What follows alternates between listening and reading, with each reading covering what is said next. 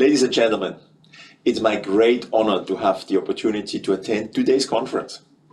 I would like to sincerely thank the organizers for bringing leaders from all fields together to discuss topics that are of concerns for not only one single country, but important for the entire world. Recently, we are seeing a resurgence of the pandemic around the world, as it once again becomes one of the most pressing challenges for us all.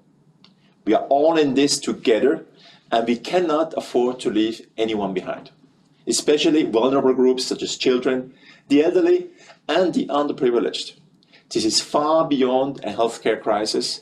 It has distressed the global economy, the people's mental health, and it has disrupted global mobility and has fundamentally changed the way people interact with each other on a daily basis. As a healthcare company, Sanofi is actively contributing to overcome these health challenges. It will take our shared effort to recover from this pandemic, both economically and emotionally. And we have a responsibility to reflect upon and capture learnings from the crisis to build a stronger and more resilient community in the future. First and foremost, the pandemic has demonstrated the critical links between human health and economic growth. As countries around the globe are facing the economic consequences of the pandemic, it is critical that despite all the headwinds, governments continue investing in their healthcare systems, in prevention, infrastructure, as well as in technology innovation, but helps to amplify a positive impact on the health of the patients. With the Healthy China roadmap, China has paved the way by putting health at the center of the country's policy-making agenda and demonstrated the government's determination to invest in health. The crisis we are navigating only reinforces the importance of continuing to foster chronic disease management across the country and accelerates access to innovative drugs for Chinese patients. In this context, despite the pandemic and thanks to the continuous mobilization efforts of all Sanofi China employees, we are on track with our plan to launch 25 new innovative medicines and vaccines in the country between 2020 and 2025. And that's not all. We opened our Suzhou Institute for Biomedical Research in the first half of this year to enhance our early stage research capabilities for innovating new drugs addressing most pressing healthcare needs of Chinese people.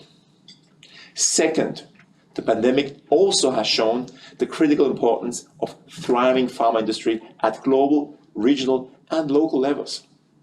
As we look into the future, industry and countries should consider prioritizing investments in local high-quality manufacturing capacities that secure and shorten the supply chain. We need to create the conditions for stronger partnerships and collaboration between industry and authorities to manufacture essential medicines around the world. And Sanofi has strong manufacturing capabilities in China, with 3 sites focused on medicines and vaccines. For example, we have a world-class influenza vaccine factory in Shenzhen with accumulated investments of 1.2 billion RMB, which prioritizes local demands in the China market, as well as caters to global needs. Most recently, we invested more than 200 million RMB in our Beijing manufacturing site to scale up the insulin glargine production line. These are stepping stones towards building a resilient and self-reliant system here also in China. Thirdly, the pandemic has further accelerated the use of digital technologies in healthcare, facilitating the response to pandemics and laying the ground for long-term changes in the healthcare system. The use of digital and data throughout the value chain of our industry, from R&D to manufacturing to supply chain into the treatment of chronic disease, has a major impact on the long-term sustainability of healthcare systems. And China is at the forefront of digital transformation and has the potential to leapfrog ahead of the world. Over the past couple of years, we at Sanofi have taken important steps to develop our ecosystem by working with leading Chinese digital players to advance rapidly and developing appropriate partnerships with local startups in our Shanghai Innovation Hub. Finally, the pandemic has led us to realize that a world without vaccines could look like. We need to leverage as much as we can the incredible power of immunization and its role in healthcare management. We strongly encourage the Chinese authorities and the health authorities around the world to further increase the vaccination coverage of preventable disease beyond COVID, such as influenza.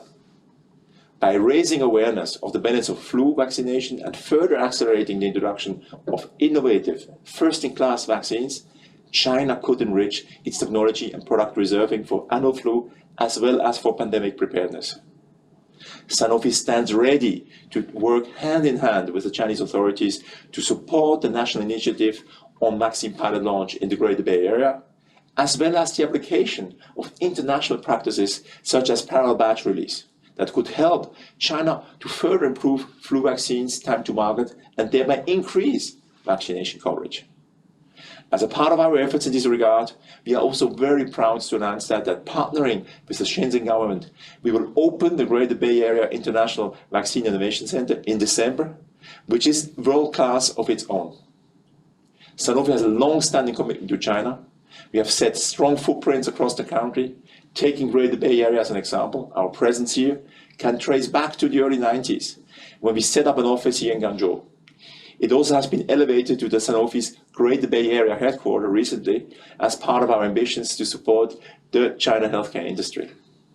As we mark soon our 40th anniversary in China next year, Sanofi is very proud to be deeply anchored as a local multinational that continues to play its part in improving health and well-being of Chinese patients with innovative medicines, with vaccines, and also innovative therapeutic solutions.